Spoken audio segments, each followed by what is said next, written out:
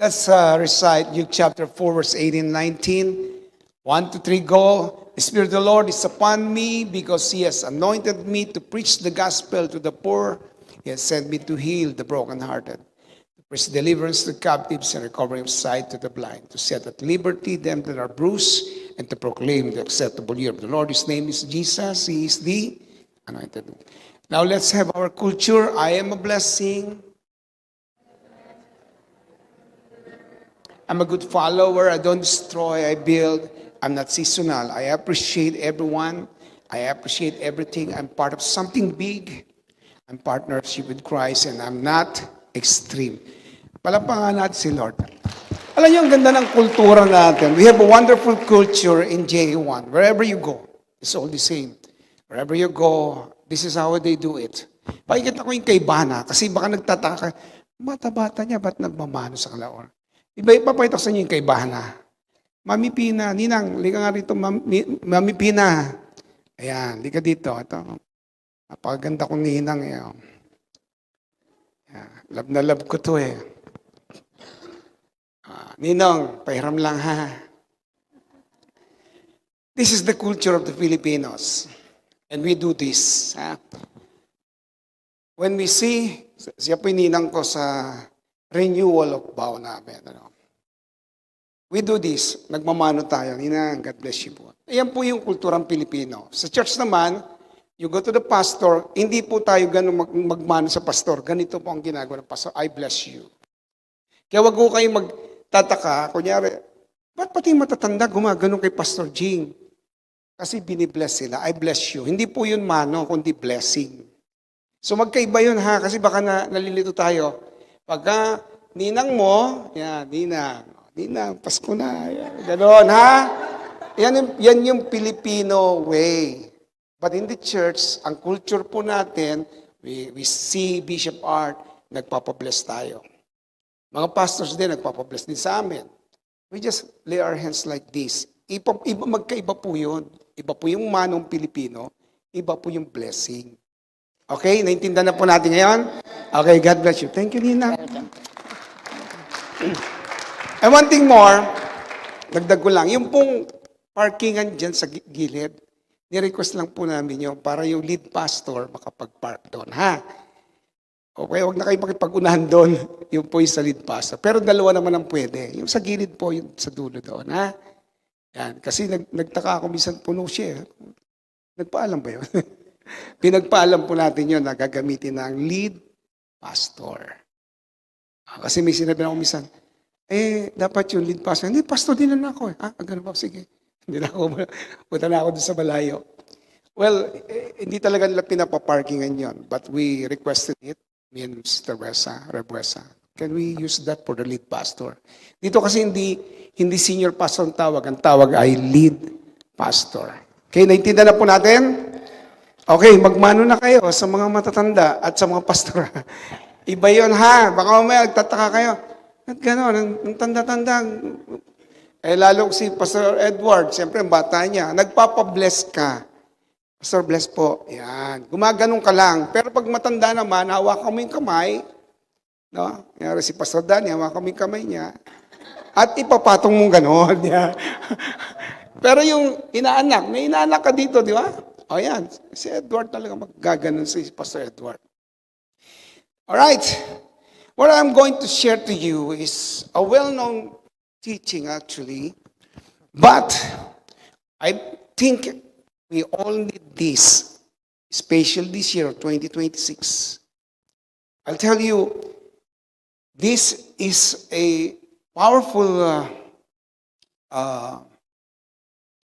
weapon that I have during my Christian life. I'm already 45 years old Christian. So may edad na rin yung pagka-Kristiyano ko. 45 na eh. Grabe, no? But I remain strong with the Lord. I remain powerful in His presence because of this. It's already known, but I just want to expound it to you a little bit so that everyone will know about this. And I call it the powerful weapon. Yan na. Nakita na ba kayo ng barel? Ikinasa. Nakita niya yung babaril niya, 2. Isa na lang yung bala. Nilagay yung kutsilyo, sabay, bang! Naging 2 yung bala. Sino yun? Lito Lapid yun. Yan, Lito Lapid. Sa pelikula, walang imposible. But everything that is happening to us these are all spiritual. When the preaching began, not here, maybe far away, the devil are there and trying to bring something to each one of you. Bubulungan ka. Tignan mo, baka may text ka. Ikaw naman mapapating sa cellphone mo. But you need to focus on the Word of God when you are in the church. Everything. The devil is trying to get your attention. Naintindihan natin? Ngayon, minsan tumatalab siya. It happens sometimes because that is his plan. That is what he's doing. John 10:10. He came to steal your time with the Lord here in the church, to kill your faith, and to destroy what you're about to hear this afternoon. But are you ready? Wala, hindi pa kayo handa. Are you ready? Hindi pa rin. Are you ready? Talaga nga. Find 5 people, please, and say, I'm ready. Come on, do it. O, ba't yan ang lakas ng boses nyo?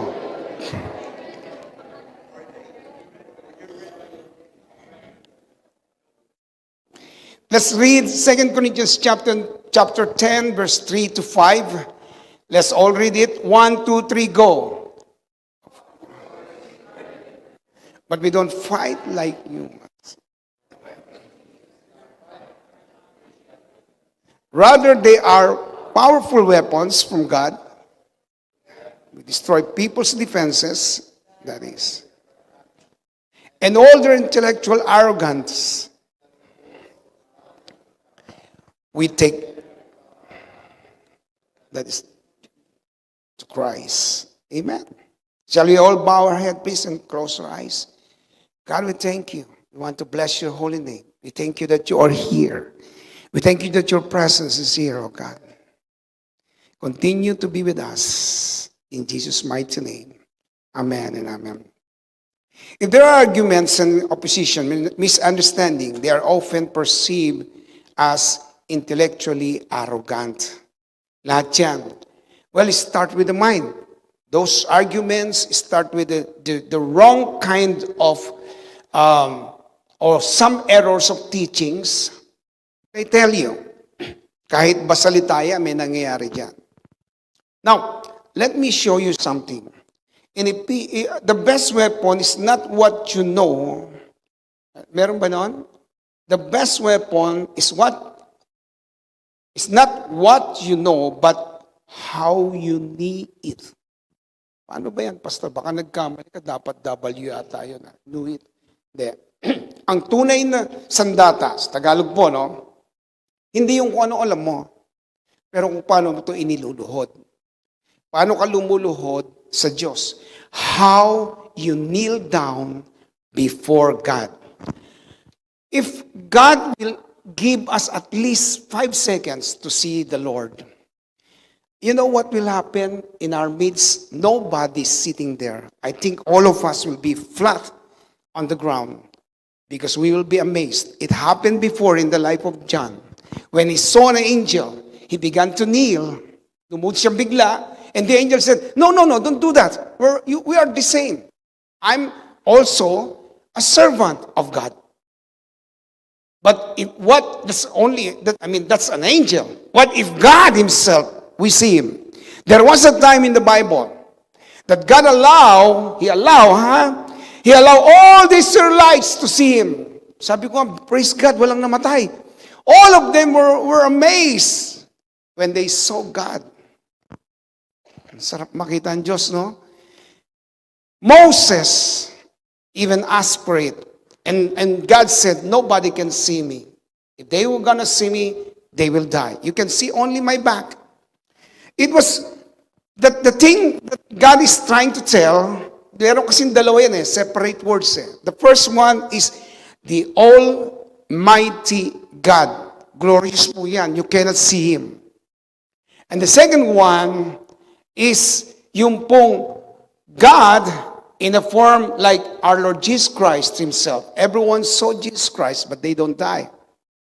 So pag sinabi natin Almighty, na form po yung tinatawag nating the united God the Father, God the Son, the Holy Spirit, yun na po yun. It was glorious and powerful. It's hard to see. Tignan natin. Ephesians chapter 6 verse 10. Finally, receive your power from the Lord and from His mighty strength. So the first weapon, this is the first weapon, is the prayer warfare. Wala yung warfare.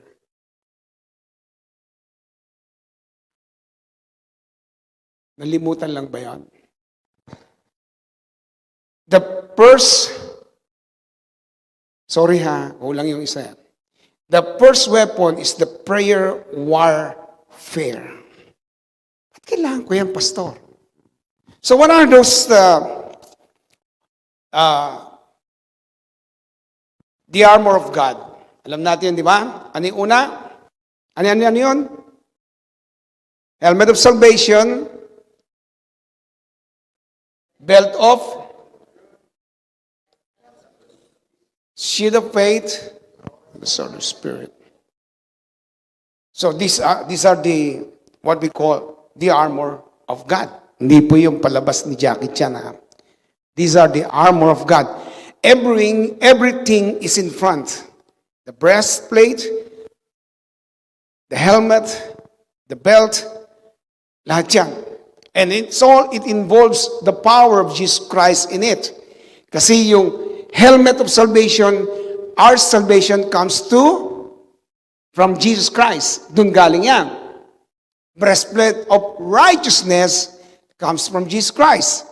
Belt of truth, Jesus is the truth, the way, the truth, and the life. Tapos, gospel shoes is the word of God. Shield of faith, faith comes by believing Jesus Christ. And the sword of the Spirit, which is the power of the word, and that is our Lord Jesus Christ. You see? Lahat involved ang Panginoong Jesus sa lahat ng armor, in all the armors that we have.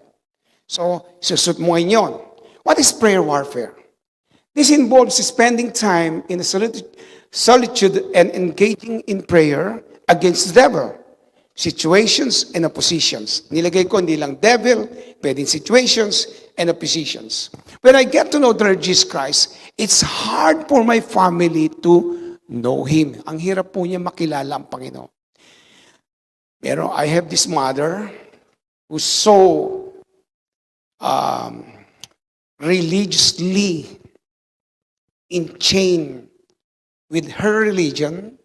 Sabi niya ganyan sa akin, Jing, I live by my religion and I'm gonna die with it. And I said, Mom, what if our house is burning?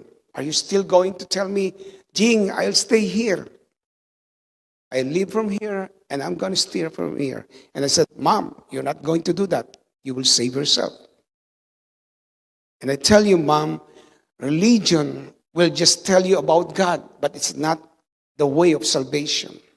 Salvation comes from our Lord Jesus Christ, right? Now look at me, brothers and sisters. Bakit prayer warfare? Mahirap mo-born again ng mami ko, daddy ko. My dad is ang trabaho niya ay seaman. He went to a lot of countries and he even told me, ngayon lang ako nakitang ganyang kakulit mag-share. You've been sharing all night. You stop. Then he spanked me. Sabi niya ganyan, I went to a lot of countries but I never saw a man like you. Sabi niya ganun sa akin. So I'm doing all my best. I even, make them afraid of the rapture. I told my dad, pag nag-rapture, huwag kang magpapatatag ng 666. Ako, nasuntok tuloy ako. So you're out of your mind, you're mad. I said, no, Dad. It's true, it's real. When Jesus will come, then we will be out of here, but you will stay here. Sabi niya, lalong nagalit. Sinipa ako. Sabi ko, ano bang gagawin ko, Lord? And then the Lord teach me, prayer, warfare. Sabi ko, paano, Lord? How? You'd stay in your room and pray like this. Get your armor, sabi niya. Put the helmet of salvation and everything. Kung kayo po ay may sword, gaano kalaking sword niyo? If you have a sword, how long it is? What's the measure of your sword? Ganon kaliit? 6 feet. Wow. Aba. Sabi niya, there's a prayer warfare, my son. Tignan natin, ha? Basahin natin yung Ephesians 6:12. This is not wrestling match against a human opponent. We are wrestling with rulers, authorities, powers who govern this world of darkness and spiritual forces that control evil and heavenly world. So there are spirit being everywhere. Sometimes you just sit on the bus, bigla sumakit ang ulo mo because there's spirit around us. Sabi nila, uso lang naman yung sipon at ubo. But you can go against it. Are you with me? Tignan natin yung next verse. 6:18. Pray in the Spirit in every situation. Use every kind of prayer. You see, there's a lot of kinds of prayer. And request there is. For the same reason, be alert. Use every kind of effort and make every kind of request for all of God's people. Then he started to tell me, 2 Corinthians 4:4, it's not written there. Satan blinded the eyes and the mind of the people. But through the light of the gospel, they will see the light. But how could it be? You need to warfare. So pasok ako sa kwarto ko. Teach me, Lord, how to do it. And this is what I did. Take your sword, anak. And I use my sword. Gesture, you need to make a gesture. Are you with me? Kung mo gagawin sa labas ng bahay niyo yan. Just inside your room.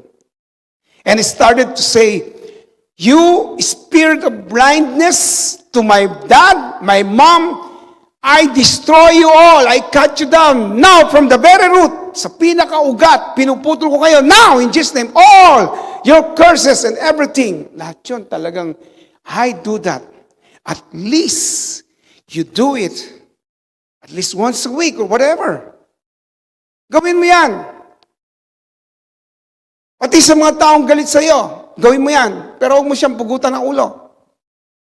You do it to those people who are angry against you, who hate you so much. Get that sword in Jesus' name, spirit of anger, hatred. I destroy you all from the very root now in Jesus' mighty name. Tapos, tadin mo na. You know what the word tadin? Chop, chop, chop.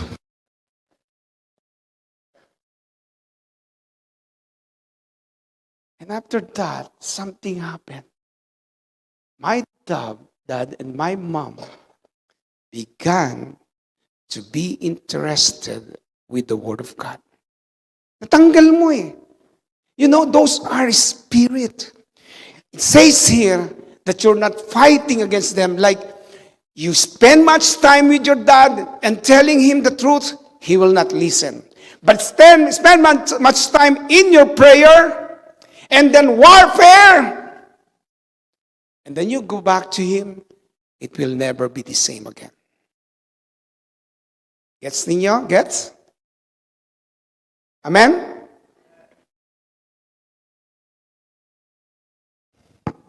Nalimutan ko yung kwento. May kwento ko sana. Yung matanda.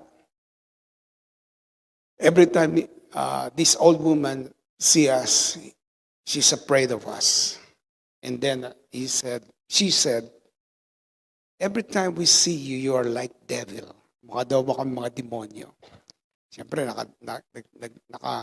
may tama ng marijuana, may tama ng mga tablets, may tama ng mga, kung ano nung ginagamit namin. E di mukha nga naman kaming demonyo. Tignan mo yung katabi mo, ano ba itsura niya? Mukhang anak ng Diyos, ano? But when we received Jesus Christ, everything was changed. Napakalapit na nung matandang yun sa amin.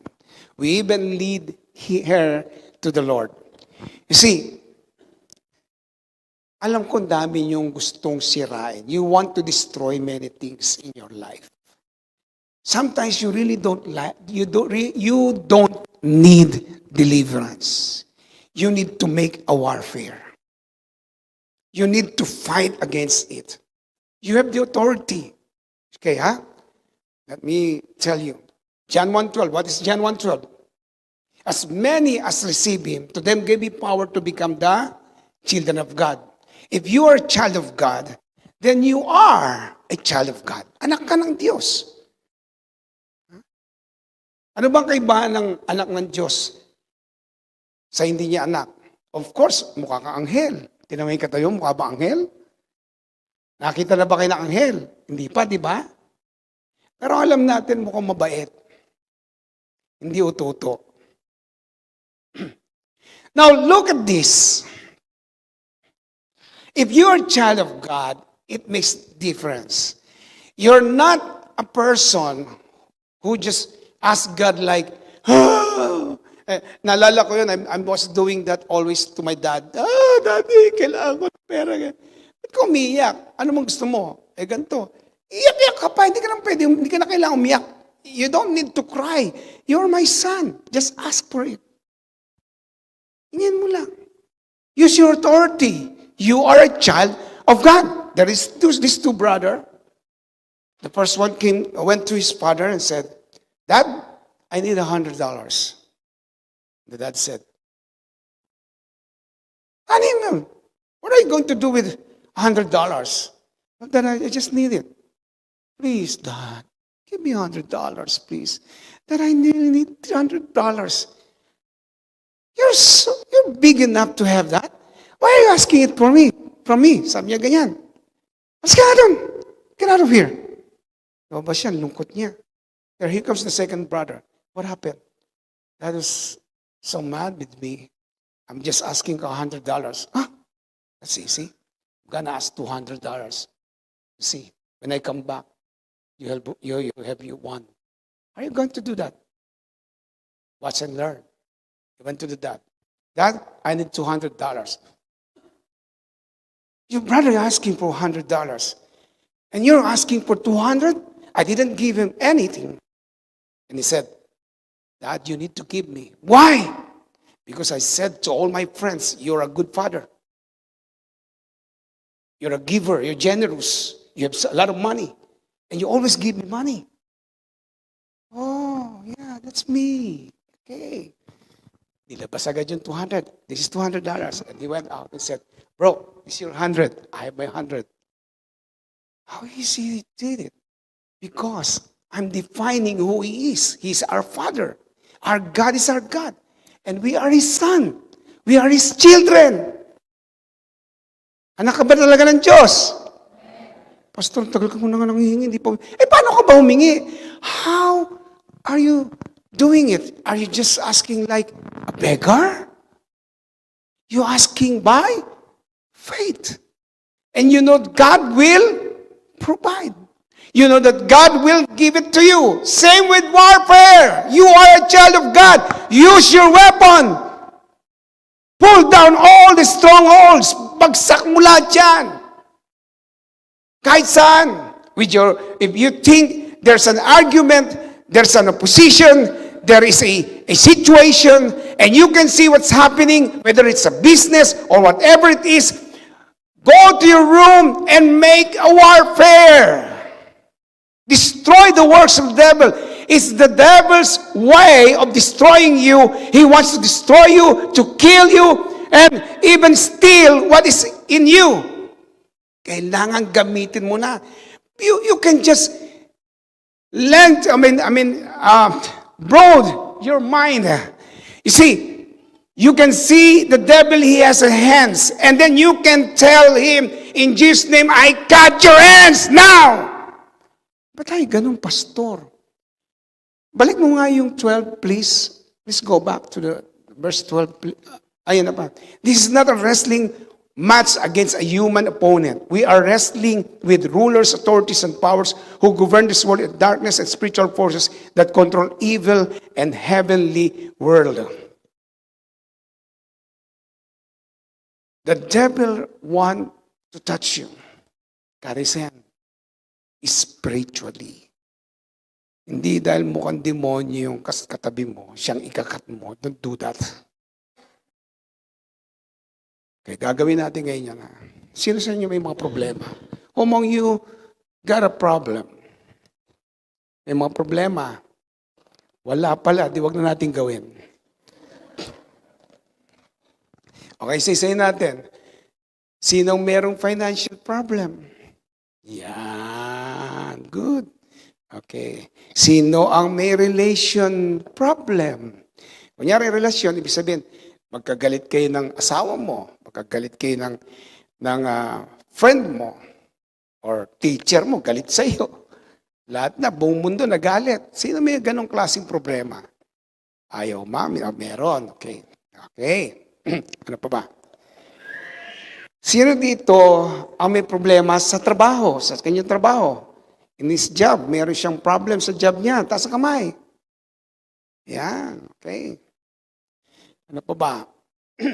Sino dito merong family problem? Yan, family problem. Hindi lang ikaw, para ba yung kapatid mo may problema siya, hindi na siya nakaalis sa problema niya, laging ganon, hirap na hirap siya, ikaw tuloy yung pinupuntahan at sinasabihan, pairam ng pera.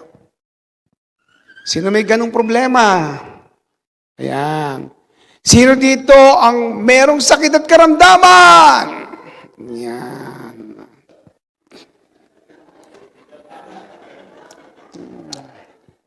Ano pa ba? Ano pa ba? Sige nga, mag-suggest nga kayo ng mga bagay na natin. Sino dito ang mahirap o di yung may problema yung mahirap naman sabi mo may problema ang isip you are Englishin nyo kasi. Merong memory gap. Memory gap daw. Ayan, pag may utang sa inyo, naalala nyo. Pag wala, nalilimutan nyo. Memory gap. Ayan. Ano pa ba? So, ang dami nating problema. You know, the spiritual weapon, the prayer warfare, can be used on that. Nagagamit din yan. Pwede mo ibagsak lahat ng klaseng yan. Tumayo nga tayong lahat. We will pull it down. Pulling down the strongholds, the Bible declares, we're pulling down the strongholds. Sa Daniel chapter 10, ito pong nangyari. Sabi kay Daniel, ng angel, you know Daniel, the moment you prayed, God already answered you. Sabi ni Daniel, wow, but, may but we were about to go and bring you what you're asking for. The king of Persia came. And they hinder us of bringing this to you. And the Bible said, Daniel fasted for 3 weeks. Kasama din dyan yung fasting minsan. Through fasting, sa fasting kasi, mas lumalakas yung spirit mo. Your spirit are getting stronger and stronger and stronger. The devil are getting weaker and weaker and weaker. You're stronger. At that moment of time, sabi kay Daniel, it's good that you never give up. Because Daniel knows how to handle it. He knows how to use the weapon of warfare. So ngayon, alam niyo na yan, nasa isip niyo. Ngayon, gagawin natin. Okay lang sa inyo? So, labas niyo na yung mga sandata, ang mga gesture. Ang haba Yan. May tunog pa shh.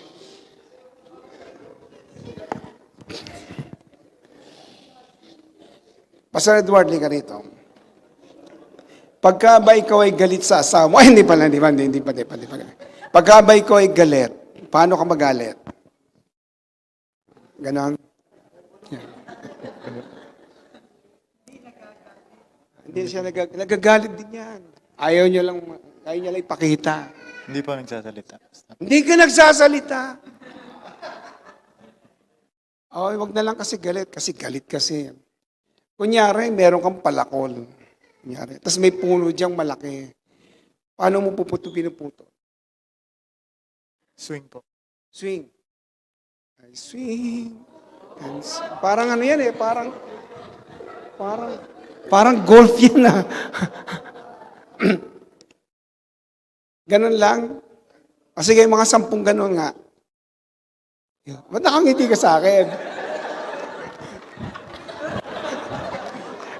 Paano ba? Sige nga, 10 ganon. Isa.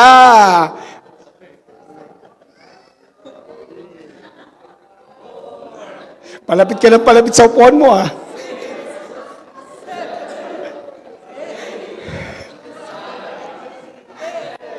Buka na.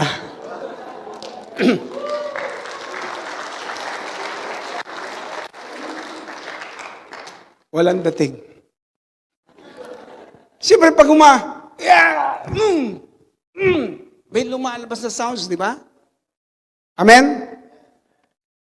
Pwede ba yung sabihin mo ganyan? Dinudurog kita. Ngayon na. Durog ka na. Tsak, tsak, tsak. Pakita mo sa kaaway that you really hate what he's doing. Get your sword. Ngayon, hawak mo na yung sword, ha? You have faith. Lahat ng naiisip nyo ngayong problema, lahat ng mga nangyayari sa inyo, sa pamilya, sa trabaho, sa finances, pag sinabi mo kunyari sa pera na yan, sabi mo kaya, ito ang pangalan niya. Ang pangalan niya ay poverty. Ikaw, poverty, inalis kita! Yan, ha? Huwag yung tahimik na, huwag ka noon, talagang bigay na bigay. Pinuputol na, putulin nyo, huwag sa taas, kasi lalabas ulit yun. Sa pinakaugat. Pinuputol na kita sa pinakaugat ng buhay ko. Hindi na ako mag-ihirap. Pinuputol na kita kahirapan, okay? O, hindi pa, practice lang yan. At the count of 3, lahat. Hindi na ako magsasabi ng isa-isa. Poverty, ano pa ba? Hatred, kung ano pa? Misunderstanding, lahat yan. Yun ang nangyari. Tapos yung katigasan ng puso ng daddy ko, mami ko, sabihin nyo lahat yan. Para yung pamilya nyo maborn again na lahat, okay? Pati katrabaho nyo, para kunyari sa opisina, yung boss mo, laging mainit ang ulo sa'yo, putulin mo yun. Bukas magpasok mo, ang bait niya. Pagtitimpla ka pa ng kape.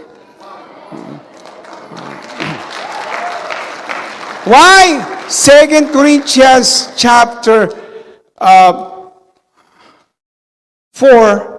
diba yun sasabi niya, yun ang binabanggit doon eh. Binablind siya ng kaaway. Kaya dapat mawasak natin. No? Ready? 1! Yan na, nakanda na. Lahat na, alam niyo na kung ano yun na. 2! 3! No! Woo! Pinapakita niyo ba sa TV kung anong ginagawa nila? Yeah! Come on! Wala na. Come on, make it sounds! Whoa! You poverty, get out of my family! Umalis ka na sa pamilya ko! Yeah! Sige! Kaguluhan sa pamilya! Yes! Sa relasyon, lahat dyan, winawasak na kita. Now, in Jesus' mighty name, you have no authority. Leave my family. Live my life. You, in Jesus' mighty name, hatred, misunderstanding, disunity. I command you to get out of my family. Now, in Jesus' mighty name.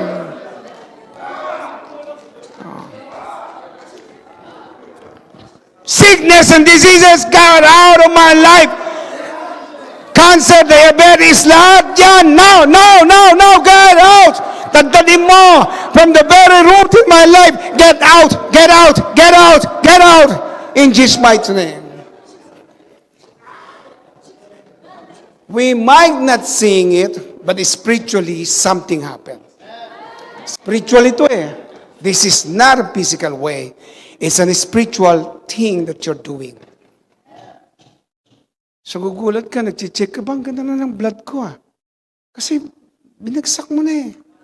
Ang ganda na sugar, count ko ah. Lahat yan. Because God is powerful. We may now be seated. Come on. Sige, palapakan natin si Lord. The second one is humility. Wala pong kapalit ang kapangyarihan ng pagpapakumbaba. You cannot exchange anything with the power of humility. When David is being confronted by Saul, that moment, he just used the gift of humility against King Saul. At the end, King Saul even prophesied to him, I know that Israel will have a better king like you. Pati siya, kaaway siya pa nagsalita. You cannot exchange anything in the gift of humility. Philippians chapter 2 verse 5. Have the same attitude that Christ Jesus had. You see, it's not just a word like humility or being humble. It is the attitude mismo. It's an attitude coming from Christ. It means that Jesus Christ beat the devil with the gift of humility. Nilabanan niya ang kaaway sa magitan ng humility. Sabi ng verse 8, He humbled Himself. Yan? By becoming obedient to the point of death on the cross. He never came to earth and say, hey devil, come here, let's fight. You know me, I'm the Son of God, I'm powerful. Come on, let's fight. Never do that. Because the fight he knows is not a one-time fight. It happened before. When all these angels who went or joined Satan was rebuked out of heaven, Michael and his angels, they fought together in heaven. Naglaban sila. Nasa Book of Revelation po yan. Naglaban sila. Kaya noon may labanan sa langit eh. And then all the devils and cohorts, they fall. Wagsak sila. You see, that's a one-time fight. One-time fighting. But it continues on. Jesus doesn't want like that. He wants to fight the devil with humility. He went to the cross and died in that place so that the devil cannot do anything anymore. It's a one-time fighting, showing the victory that Jesus did with humility. Iba pong pagpapakumbaba. Pagka minsan galit po si Rebuesa, nagpapakumbaba ako dyan. Sweetheart, yeah. Kahit siya may kasalanan, sorry ha. Tuwan-tuwa naman siya. At least, tapos na. Masaya na kami sa gabi, o di ba? Makakatulog na. Ba't ganyan kayo makatingin? Okay lang ba kayo? Tingnan natin kung anong meron sa humility na yan. Jesus did it. It means a profound trust. Humility is a profound trust in God. When you humble yourself, it means that you trust God. Believing that God is in, shout it. You want God to be in control of a situation? Then humble yourself. Pag nag-humble ka, it will be controlled by God. You see, Joseph, when summarizing the reason why he needs to be in Egypt, makikita natin sa Genesis chapter 50, Genesis chapter 50, verse 19 to 20. Sinamarize niya eh. Joseph, He's in a position where he can say, because of you, these things happened to me. But he stopped on there. He even forget what happened in the past. But he said, because all his brother, when Jacob died, all his brother was so prayed and said, Joseph, please don't get angry or mad on us, because our dad is not around anymore. David was so, nalungkot siya. Sad at that moment. Because they could not understand that if there's humility, there will always be a blessing. Sa Tagalog po, para mas madali natin maintindihan, pag may pagpapakumbaba, yumayaman ka. Mayaman na ba yung katabi mo? Kulang pa? Adi, konti pang pagpapakumbaba.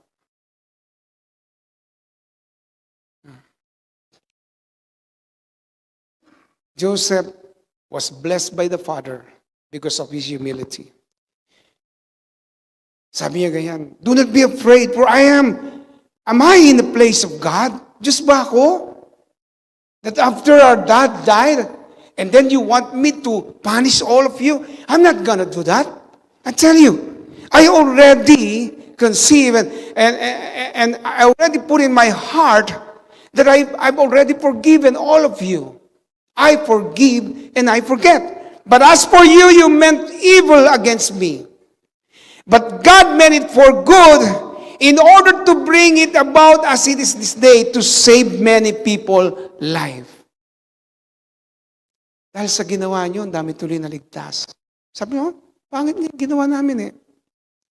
But I don't count it wrong. I put it in my hand like, God, thank you. Even though I was potted and feeded, I was in prison here in Egypt, but it doesn't count. Now, my life is a blessing. Di ba ganun naman minsan? Ang sama na nangyari, pag nagkwento ka, nakakatawa na lang. Tampo-tampo ka pa noon eh. Pero salamat nagtampo ka ha. Kasi lalo akong umayos. Are you with me? So humility is powerful. That's how the devil was put down. The last one is obedience to God's word. Some people keep asking, how did Adam and Eve fall? Or some people are saying, ano ba nangyari? Pwede naman, di ba? Even though you've done something wrong with God and then you will be forgiven. If you ask for it. Forgiveness is always there. If you ask for it. But if you're not going to ask for forgiveness, it will not come to you. Forgiveness is being asked. Hinihingi yan. So, huwag natin sabihin na, hindi, Lord naman mabait yan, masama ka man o mabuti. I tell you, yung kabutihan, kabaitan, that's a character. But when it comes to the Word of God, it is something else. The Word of God is powerful. The Word of God is there because before we all been born, the Word of God is already there. If your devotion involves meditating the Word of God, ito nangyayari. Kapag ang devotion mo, nagbabasa ka ng Bible, you're reading the Word of God. If your devotion involves meditating the Word of God, it will remain as a written text. The Bible is just a written text. However, through meditation, it transforms into a powerful, active word. Sabi mo, Lord, ganito ang iyong salita, di ba, Lord? You said, seek you first your kingdom, and all of these things shall be added unto me. Then wait, it will come. Because you followed the Word of God. Pag tinignan po natin Hebrews chapter 4, verse 12. God's Word is living, active. It is sharper than any two-edged sword and cuts as deep as the place where soul and spirit meet and the place where joints and marrows meet. God's Word judges a person's thoughts and intention.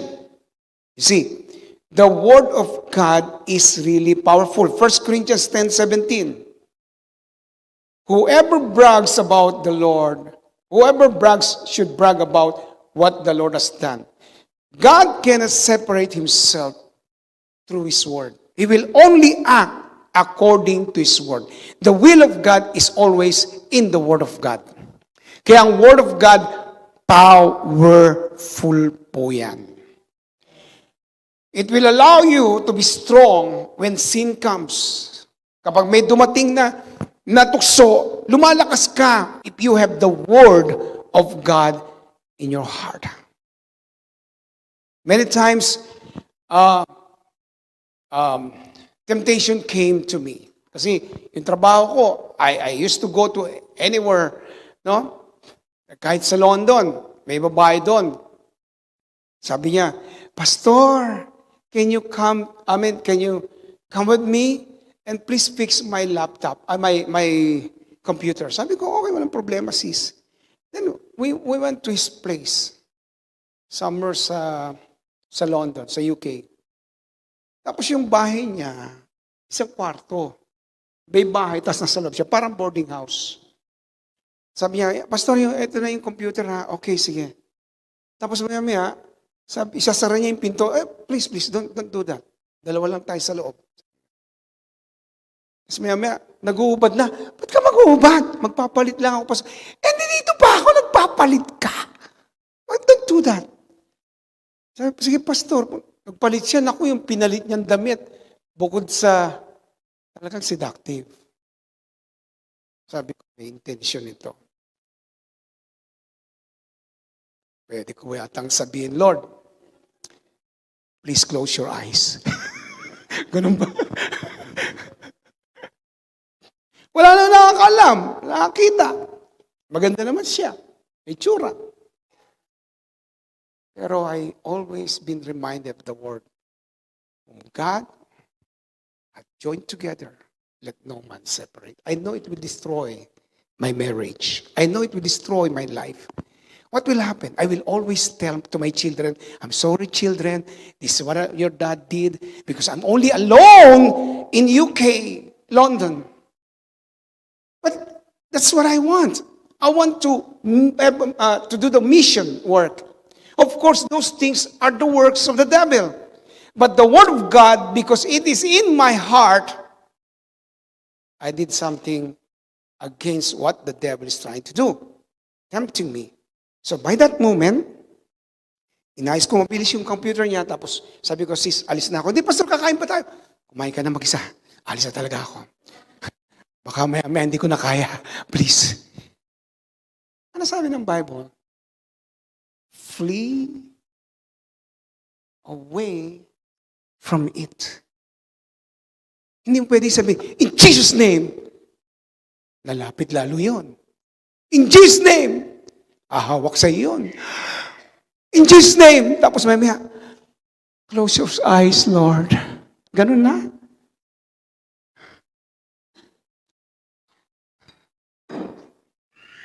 Pagkasabi mong ganyan, umalis ka na. Huwag mo na isipin ang iba pang bagay. Huwag mo rin alalahanin ang itsura niya nung humarap sa iyo. Don't make a photo. Ano ba tawag sa ganon? Photo, memory of who she is. What is she wearing during that moment?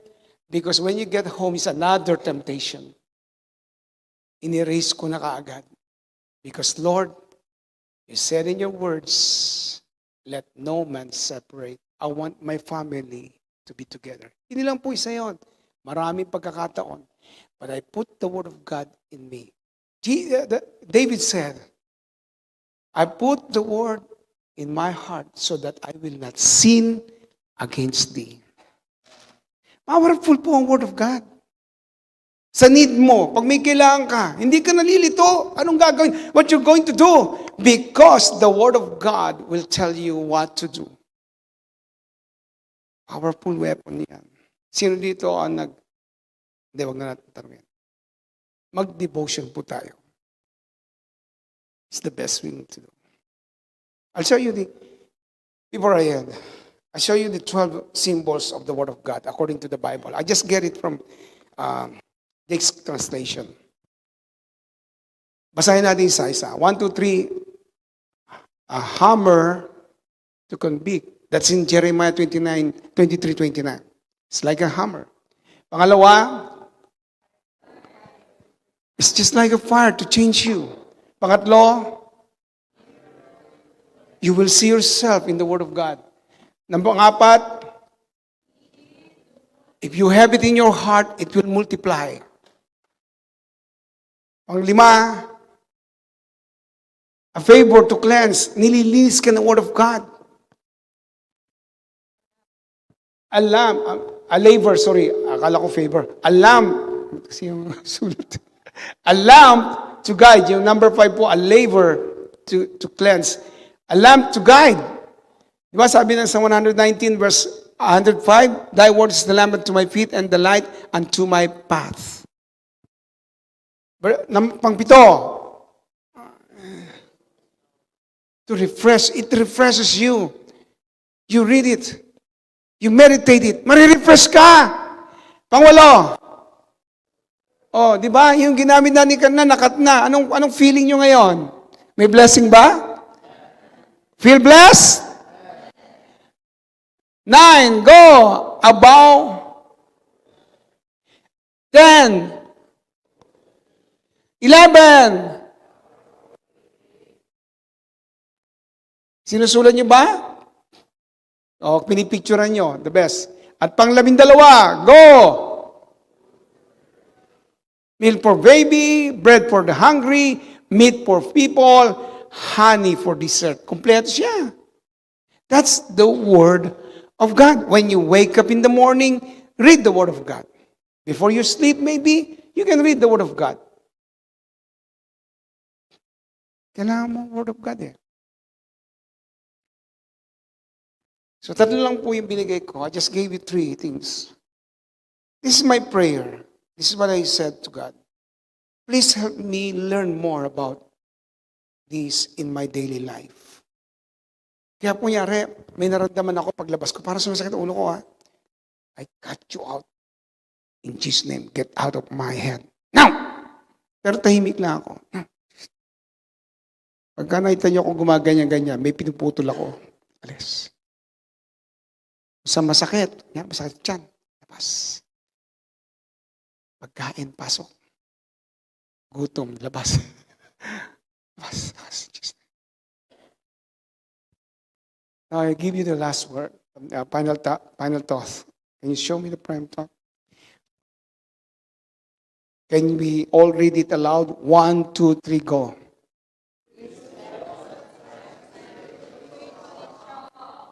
Yan, para lahat tayo malakas. Nobody's weak. We're all strong. Kakatuwa si Lord, di ba? Kaya pala, the reason why Paul said, I can do all things through Christ who strengthened me. How he became strong? Because of his spiritual weapon. Alam nyo na ngayon, ha? Amen? You have your partner, you pray.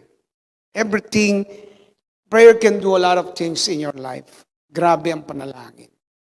So this afternoon, I know that the Lord would like to allow you, each one of you na maging strong kay God. Hindi na tayo kawawa. Amen? Amen? Pagka kasi, nagwa-warfare ka pala, balikan ko lang yun, pag nagwa-warfare ka pala, minsan pinaplano pala ng kaaway, hindi na mangyayari sa'yo. Meron na kaagad pagkilos ng Diyos. Shall we all arise, please?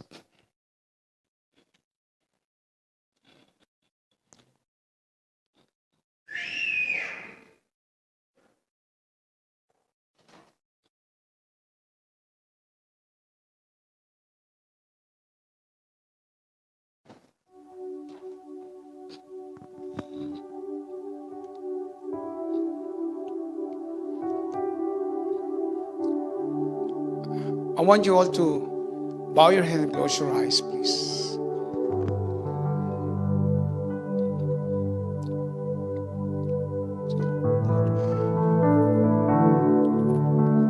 As you bow your head and close your eyes right now, I want to remind you, you are not a weak Christian.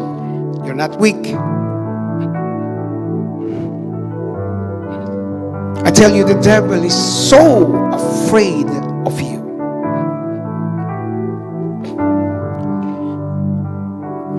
I tell you, God is preparing something for you every morning. He said it in Amos chapter 3, verse 20. The steadfast of the Lord never cease. Every morning they are new. They are new every morning. Great is faithfulness. God is preparing to show to you every day, every morning when you wake up, how faithful He is. You know, time to tell God, I'm sorry that I failed to recognize that, Lord. I want it into my life. I want it to my life. Because the work of the devil is always to hinder you to get closer to God. And God already gave you a lot of ways. And one of them, or some of them, is this powerful weapon.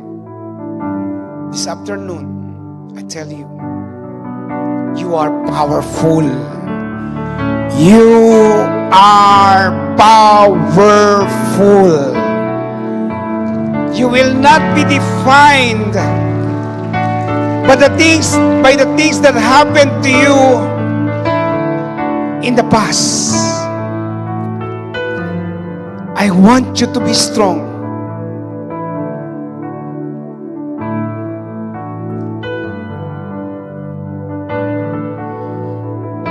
I went inside my room and said, I made a powerful warfare against all the works of the devil in my life.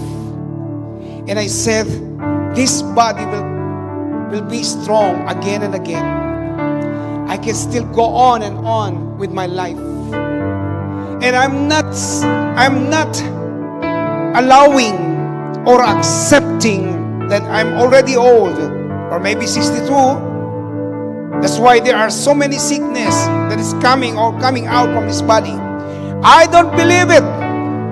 What I believe is that in the power of God's weapon, we can pull it down. It's in the mind that keeps telling you how weak you are, but you're not. You are powerful. You are powerful. God is doing something right now, and you need to accept it. Do you know that God is a great healer? Do you know God is a great provider? Do you know that God is the great, powerful God? Do you know that nothing is impossible to Him? Do you know that all things are possible to them that believe? Do you know that He is the God of all flesh, and nothing is too difficult with Him? Do you know, even Job said, I know nothing is impossible with you. I want you to realize that you are powerful. You are. Oh, lift up your hands. Lift up your hands to God. Come on, lift up your hands.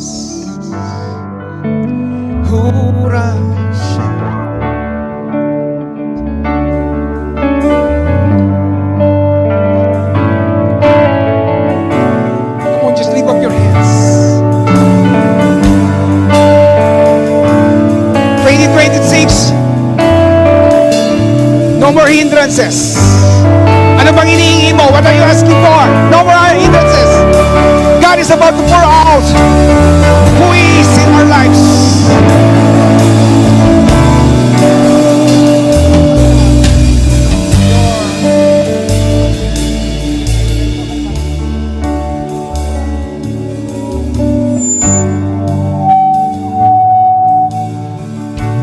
Hallelujah.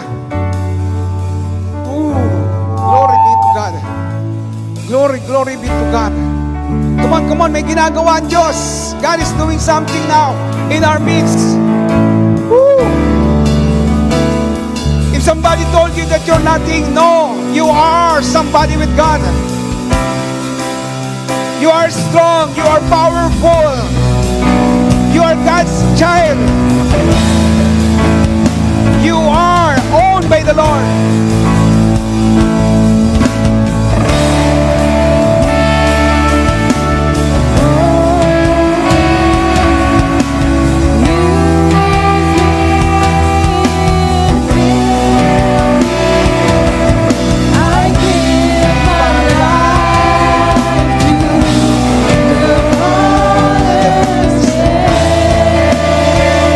Do everything you want, Lord.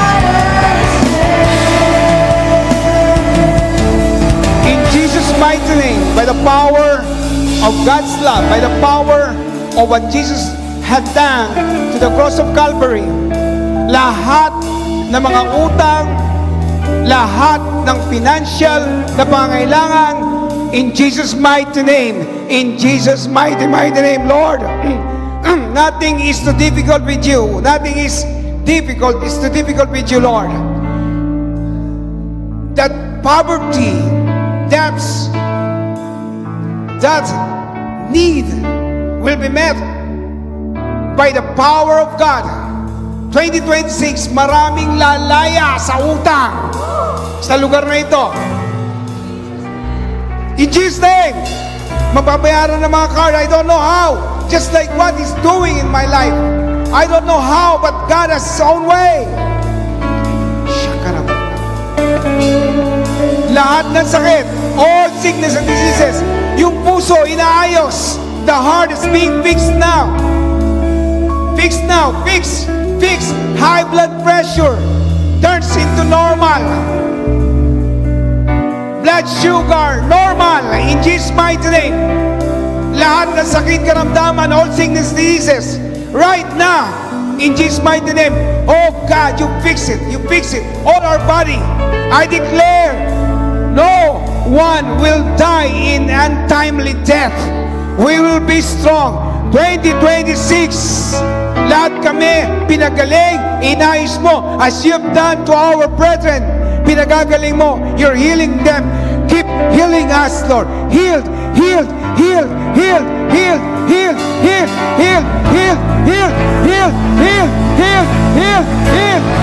In Jesus' name.